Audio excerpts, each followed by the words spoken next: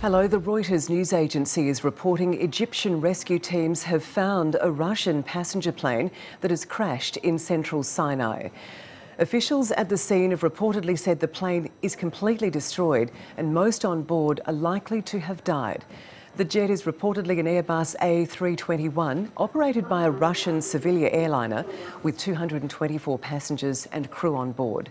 A statement from the Egyptian Prime Minister's office says Sharif Ismail has formed a cabinet-level crisis committee to deal with the crash.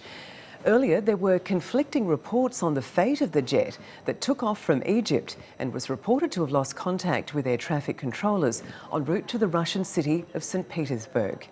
Egyptian security sources have reportedly said that there is no indication at this stage that the plane was shot down. Sky News reporter John Sparks has more now from Moscow. There has been no official confirmation on the Russian side of this crash, although one source from the Federal Air Transport Ministry here in Russia has been speaking to one of the state news agencies. That source has confirmed that the plane vanished 23 minutes into the flight. The source has also said that the captain on the aircraft, an A321, which belonged to an airline called Kogalymavia, or Metrojet, a charter jet company, a small airline company in Russia. The captain of that jet informed air traffic control of technical faults after takeoff and asked for a route change. So that's what we're hearing in Russia at the moment.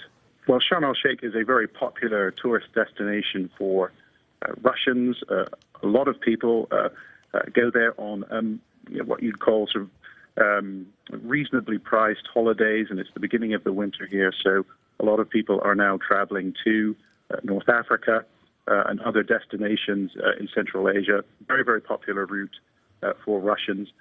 This company, it's not well known in the West, but it makes the vast majority of its income providing these sorts of routes to locations where Russians can get away from their winter. So it's a popular route for Russians. More on this breaking news, and Sky News reporter Shireen Tadros is in Egypt, where a confusing picture emerged amid the first reports that the plane had lost contact. Well, both state television and a statement released by the Prime Minister's office both have confirmed that there was indeed a crash and that the Russian passenger airline crashed in central Sinai. They're saying that the Prime Minister and other cabinet ministers are meeting for an emergency session, that the Prime Minister was meant to go on a trip somewhere inside of Egypt today, but he's cancelled that, and that an operations room is being set up.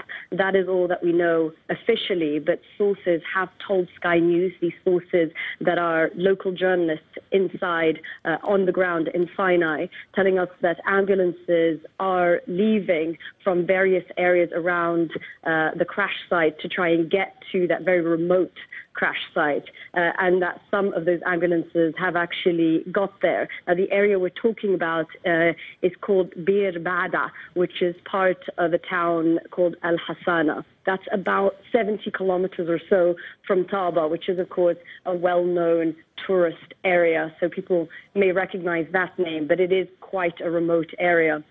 And according to our sources, what they're hearing from the ground, although this is absolutely not confirmed, is that there aren't any survivors. Of course, it's very early. This has all just happened in the last couple of hours. It's very difficult to tell, and information still coming to us. But that is the picture that we're getting now from the ground.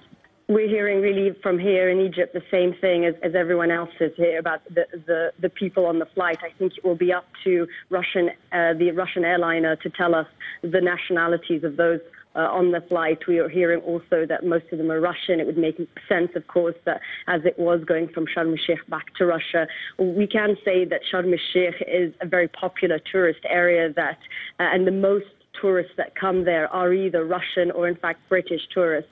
And we were there, in fact, just a few months ago, talking to people there and British tourists that say that they feel, very safe despite the, rest of north parts of the Sinai, that they felt safe being in Sharm el-Sheikh. And there certainly were a lot British tourists at that point. Of course, other tourists too from France. You can fly straight to Sharm el-Sheikh. You don't have to go through other airports in Egypt. You don't have to go through Cairo. So it is still very popular, despite the fact that there's been this war raging in the northern part of Sinai for over a year now, a state of emergency that's just been extended just a few days ago. And so it is a very violent part with daily bombings because the state is fighting Islamic State militants and other Islamic militants on the ground.